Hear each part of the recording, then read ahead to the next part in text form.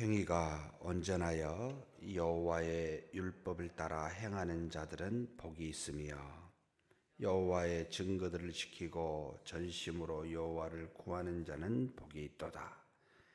참으로 그들은 불의를 행하지 아니하고 주의 도를 행하는도다. 주께서 명령하사 주의 법도를 잘 지키게 하셨나이다. 내 길을 굳게 정하사 주의 율례를 지키게 하소서.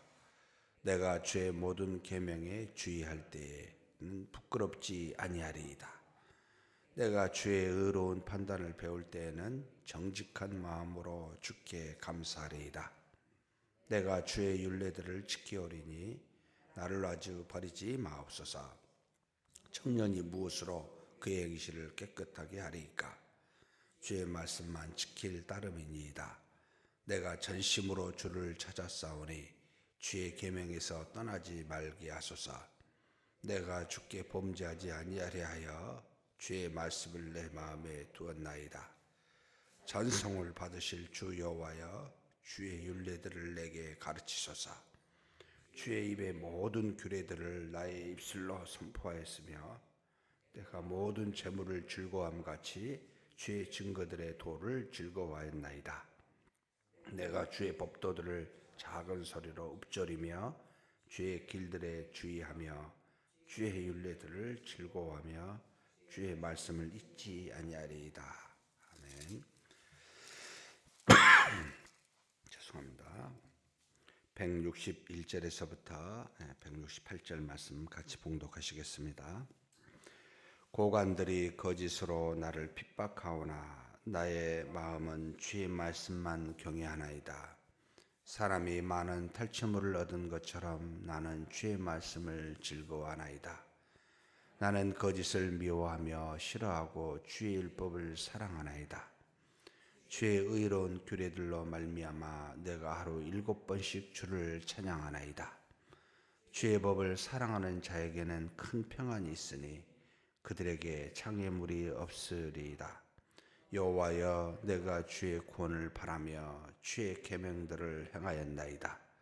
내 영혼이 주의 증거들을 지켰사오며 내가 이를 지극히 사랑하나이다. 내가 주의 법도들과 증거들을 지켰사오니 나의 모든 행위가 주 앞에 있음이니이다. 아멘. 여기까지만 하겠습니다. 시편 119편은 여러모로 유명한 시편입니다. 가장 유명한 이유는 성경 중에 가장 긴 장이어서 유명하고 또 신구약 전체 중에서 가장 중심을 차지하고 있기 때문에 유명하고, 한 가지 더 큰 특징이 있다면 이 119편은 오직 하나님의 말씀에 관련된 내용으로 하나님 앞에 찬송하고 있는 시라는 점입니다. 그래서 가장 길면서도 성경의 중심을 창시하면서도 하나님의 말씀을 우리에게 강조하여 가르치고 있는 시편, 이게 119편의 특징이라고 할 수 있습니다. 문학적인 형식이 이 안에 사실 다 들어가 있습니다. 애가로, 찬송으로, 기도로, 간구로, 또는 어떤 지혜나 하나님 앞에 호소하는 이런 형식이 사실 긴 176절에 해당된 모든 것에 다 들어가 있어서 시편 119편은 종합적인 시다, 이렇게 표현하기도 합니다.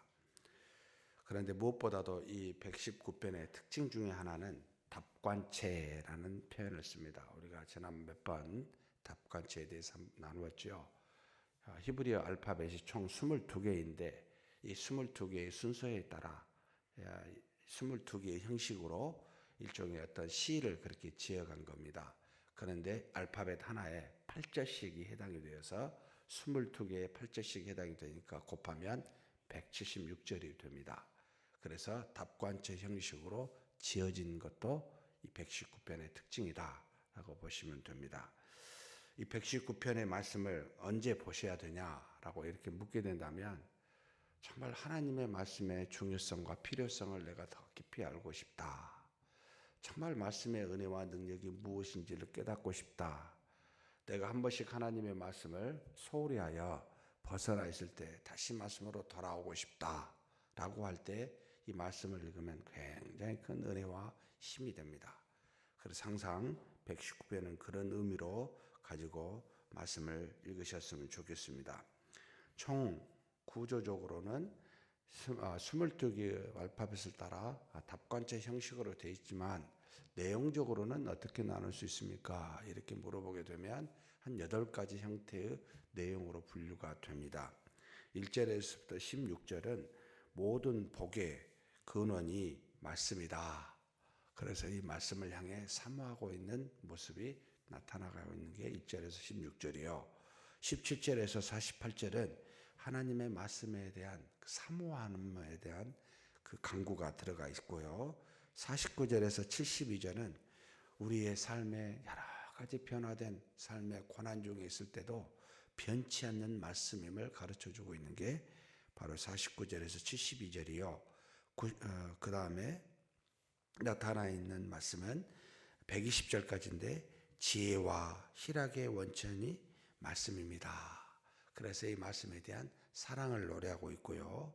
121절에서 136절까지가 말씀을 지키는 자에 대한 하나님의 구원이 어떠한지를 노래하고 있고 137절에서 160절까지가 그러니 말씀을 사모하고 의지하자라고 호소하며 강구하고 있고 161절에서 마지막 176절까지가 하나님이 주신 말씀을 통해 하나님이 당신의 백성을 구원하고 인도하신다라고 하는 믿음의 확신과 구원에 대해서 찬양하고 있는 시입니다.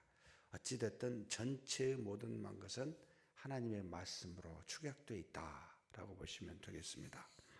그럼 우리가 읽은 본문 1절에서부터 16절 말씀을 살펴보면 하나님의 말씀을 한 8가지 정도로 다르게 표현합니다. 1절에 보면 여호와의 율법이라는 말을 쓰고 있고 2절에 보면 여호와의 증거들이라는 말을 쓰고 있고 3절에 보면 주의 도를 표현하고 있고 4절에 보면 주의 법도라고 나오고 5절에 보면 주의 율례라는 표현이 있고 6절에 보면 주의 모든 계명이라고 나와 있고 9절에 보면 주의 말씀이라는 표현을 쓰고 있고 그리고 13절에 보면 모든 규례라는 말을 쓰고 있습니다. 이렇게 해서 하나님의 말씀에 대해서 다양한 형태의 표현으로 우리에게 말하고 있는데 이는 이와 같다라고 보시면 되겠습니다. 하나님의 이름이 몇 개지요? 라고 물을 때는 무수히 많습니다 라고 답합니다. 왜 그렇습니까? 인간의 언어로 하나님을 담을 수가 없어서 어떤 한 단어로 그분을 표현할 수가 없어서 그분이 가지신 여러 가지 속성과 특징들을 우리 인간의 말로 표현하다 보니까 너무 많아지듯이 하나님의 말씀도 무엇으로 그것을 표현하기가 한 단어로 표현하기가 어렵기에 여러 가지 표현을 하고 있습니다. 마치 율법이라는 것으로 증거라는 말로 도나 법도나 그 다음에 계명이나 율례나 또는 규례와 같은 것으로 우리 주변에 있는 여러 가지 우리 삶의 기초와 기준이 되는 수많은 어떤 그와 같은 용어들로 하나님의 말씀을 표현하고 있다. 이렇게 이해하시면 되겠습니다. 그러면서 1절에서부터 2절에 보면 어떤 사람이 복이 있습니까? 라고 이렇게 표현하고 있는 내용인데요. 여호와의 율법을 따라 행하는 자는 복이 있다. 여호와의 증거들을 지키고 전심으로 여호와를 구하는 자는 복이 있다 라고 말합니다. 하나님이 우리에게 주시는 발락 또는 토브라고 하는 이런 복은 하늘에서나 땅에서나 이 땅에서 하나님의 뜻을 따라 무언가 증거되고 나타나는 하나님의 원래 의도하고 목적한 바대로 창조된 대로 드러내는 수많은 복은 결국 사람에게 향한 복이 어떤 것이냐라고 할 때는 하나님의 뜻인 이 말씀, 율법을 따라 행하며 그것을 전심으로 지키고 구할 때 복이 있다라고 말합니다. 사랑하는 성도 여러분, 건강하니까 복이 있다, 지혜로우니까 복이 있다 이런 것이 아니고 하나님의 말씀을 전심으로 지켜 행하면 복이 있습니다. 그 복이 어떻게 드러납니까? 건강함으로도 나오고 지혜로도 나오고 수많은 형태로 이 땅에서 나타납니다. 가장 중요한 모든 것의 근본인 근원인 하나님의 말씀, 이것을 지켜 행하는 것이 가장 복되다는 것을 기억했으면 좋겠습니다. 그리고 난 다음에 무엇을 말합니까? 3절 4절, 그들은 곧 하나님의 율법을 따라 지켜 행하는 사람들을 말하지요. 불의를 행하지 아니하며 주의 도를 행합니다 라고 나옵니다. 불의를 행하지 않고 죄를 행하지 않으려고 우리가 얼마나 애를 씁니까? 그런데 아무리 애를 써도 그것이 우리 마음대로 되지 않습니다. 그러면 어떻게 하는 것이 지혜롭습니까? 라고 할 때는 죄를 짓지 않으려고 애쓰지 마시고 주의 법도를 지키려고 애쓰십시오. 그래야면 저절로 주의 법도에서 어긋나는 이런 죄를 짓는 일이 없어지고 그리고 불의를 행하지 아니하게 됩니다. 그래서 우리 자녀들한테도 마찬가지입니다. 가르칠 때 이거 하지 마라, 저거 하지 마라, 누구에게 뭐 하지 마라 라고 말하는 것보다는 더 지혜로운 것은 하나님의 말씀을 읽자, 하나님 앞에서 기도하자, 빛 안으로 거하는 것. 그러면 어둠은 저절로 물러가기 때문에 그렇습니다. 그래서 무엇인가 하지 말라라고 표현하기보다는 하나님 안에서 거하자라고 그렇게 인도하는 것이 현명하다라는 말입니다. 그래서 불의를 행하지 않습니다. 그들은 그리고 주의 도를 행하게 됩니다. 그래서 주께서 명령하사 주의 법도를 잘 지키게 하셨다. 사실 주의 법도를 지키는 것이 누굽니까? 사실 우리인데 우리 힘으로 되지 아니합니다. 그래서 여기서 그런 표현을 쓰고 있습니다. 주께서 명령하사 주의 법도를 우리로 지키게 하신다는 겁니다. 하나님의 말씀을 귀중히 여기고 그를 전심으로 향하여 나와 하나님 앞에 선 자에게는 하나님께서 우리로 하나님의 말씀을 지킬 수 있도록 도우신다는 말입니다. 결국 주의 명령을 지키는 것도 우리 힘이 아니라 하나님의 도우심으로 가능하구나 라는 것을 깨닫게 됩니다. 이 자리에 나와 하나님 앞에 기도할 수 있게 한 것도 내가 의지를 다해서 알람을 틀어놓고 의지를 다해서 일어나서 여기까지 온 것이 아니고요. 그렇게 인도하신 하나님 때문에 여기에 나올 수 있다라는 말입니다. 그래서 여러분, 우리가 지금은 잘 선명하게 모릅니다만 때가 되면 알 겁니다. 하나님께서 우리를 이렇게 도우셨구나. 우리 인생에 한 번을 떠나지 아니하시고 우리를 지키고 계셨구나. 마치 자녀가 멀리 있더라도 부모의 마음에 끊임없이 생각하고 그를 향해 기도하며 그 사랑을 멈추지 아니함 같이 우리에게도 계신 하나님께서 그와 같은 사랑을 멈추지 아니하시고 인도하시는구나 라는 겁니다. 5절에서부터 8절까지 내 길을 굳게 정하사 주의 율례를 지키게 하소서. 우리 자신의 걸어가는 길을 튼튼하게 하는데 어떻게 해야 튼튼합니까? 율례를 지키는 겁니다. 가장 튼튼한 겁니다. 다른 게 아닙니다. 내 업적을 드러내고 내가 뭔가 이 땅에서 위대한 일을 행하는 것이 내 인생의 어떤 내 길이 튼튼하고 굳게 되는 게 아니고요. 다 썩어 없어져 버릴 것들이죠. 그런데 하나님의 말씀을 지켰을 때 내가 걸어가는 길이 튼튼합니다. 아무도 안 보이고 내 눈에도 잘 안 보이는 그와 같은 것일지라도 주의 율례를 말씀을 지키게 되면 내 인생길이 튼튼하다 이 말입니다. 그 다음에 주의 모든 계명을 주의할 때라는 것은 집중하여 볼 때, 주의 모든 말씀을 내가 집중하여 볼 때 어떻게 돼요? 나로 하여금 벗은 자처럼 보이지 아니하고 세상 사람처럼 보이지 아니하고 하나님의 말씀의 뜻을 증거하여 드러내므로 부끄럽지 아니하게 하십니다. 옷을 잘 입어야 부끄럽지 않는 것이 아니라 여러분 하나님의 말씀을 그분의 계명을 주의 깊게 보고 읽었을 때 우리의 여러분 부끄러움이 우리의 수치가 가려집니다. 그리고 7절에 주의 의로운 판단을 배울 때에는 정직한 마음으로 주께 감사라고 표현하고 있습니다. 우리가 하나님의 의로운 판단 곧 말씀을 배울 때 이 배움이 우리로 어떻게 합니까? 그 하나님의 말씀의 달콤함 때문에 인생의 이치를 삶의 원리를 깨닫는 지혜가 있게 어떻게 됩니까? 감사하게 됩니다. 전에 내가 이와 같이 부끄러운 일을 행하였던 것에 깨닫게 하고 이와 같이 새로운 길이 참으로 귀중하다는 걸 알게 되면 이것처럼 감사한 게 없습니다. 내가 이 땅에 사는 것이 이와 같은 모습일 거고 내가 영원한 나라에 들어가는 모습이 이와 같은 결론으로 갖게 될 것을 깨닫게 되면 정말 감사가 됩니다. 그래서 조금 더 깊이 묵상하게 되면 별로 그렇게 이 땅에 있는 걸 가지고 일희일비할 이유가 없어지게 됩니다. 크게 그렇게 좌우되지 않습니다. 이것을 우리는 성경에 평안이라는 말을 주고 있습니다. 세상에 어떤 것이 있다 할지라도 흔들리지 않는 안정된 마음의 상태, 이게 평안이지요. 썩어지고 없어지고 정말 물결처럼 흔들리고 사람에 따라 환경에 따라 원리에 따라 물질에 따라 정말 왔다 갔다 하는 세상에 안정된 상태를 가질 수 있는 것은 하나님의 말씀을 알았을 때입니다. 그리고 그 말씀으로 마음에 평안이 주어졌을 때입니다. 여러분, 이것이 우리가 가지고 있는 가장 강력한 무기입니다. 그래서 많은 사람들이 이해를 못해요. 도대체 저 사람은 뭐가 있어서 저렇게 희낙낙거릴까? 뭐 미친 게 아닌가?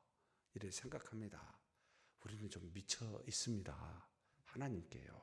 말씀이에요. 그게 우리를 붙들어 주니까 아무것도 없어도 심지어 고난 속에 있어도 감사가 되고 감옥 속에서도 찬송하는 바울과 실라처럼 하나님 앞에 하나님을 높이게 됩니다. 이게 정말 신자가 가진 위대한 능력 아니겠습니까? 그래서 고두절미하고 하나님의 말씀을 따라 행하면 말씀을 따라 나오는 사람에게 드러나는 게 있습니다. 뭐죠? 이것을 칼빈은 기독교 강의 초판에 세 번째 장이죠. 기도라는 말로 딱 묶어버립니다. 하나님의 말씀이 우리에게 임하여 우리가 말씀을 지켜 행하여 드러나는 것은 전부 다 기도입니다. 이것은 단순히 입술로만 하나님께 간구하는 것이 아니고 생각과 행함으로 하나님 앞에 믿음으로 드러나는 우리의 행위는 전부 다 기도입니다. 그래서 말씀이 앞서겠습니까? 기도가 앞서겠습니까? 말씀이 앞섭니다. 말씀이 앞서면 말씀을 주시는 거죠. 그러면 기도는 우리가 드러내는 겁니다. 그래서 말씀과 기도는 분리될 수가 없으며 그렇다고 절대로 기도가 말씀보다 앞서지 않습니다. 그래서 말씀을 앞세우면 기도는 뒤서게 되고 그래서 하나님을 찬미하게 됩니다. 그래서 말씀과 기도가 함께 묶어있는 이 상태를 믿음이라고 말합니다. 믿는 자구나, 믿음이 있구나 라는 표현을 쓰고 있죠. 주의 계명을 묵상하고 지키십시다. 무엇으로 우리의 행위를 깨끗게 할 수 있습니까? 청년은 아니지만 하나님의 말씀 아닙니까? 말씀이 힘입니다. 정말 말씀만 내가 강조하니까 목사님 좀 적용도 좀 이야기 좀 하고 주변에 있는 좋은 것도 많이 있는데 이야기 좀 안 하십니까? 라고 농담 반 진담 반 저한테 말씀하신 분이 계십니다. 하루 종일 성도님들과 같이 있으면 이 말 저 말 할 수도 있습니다.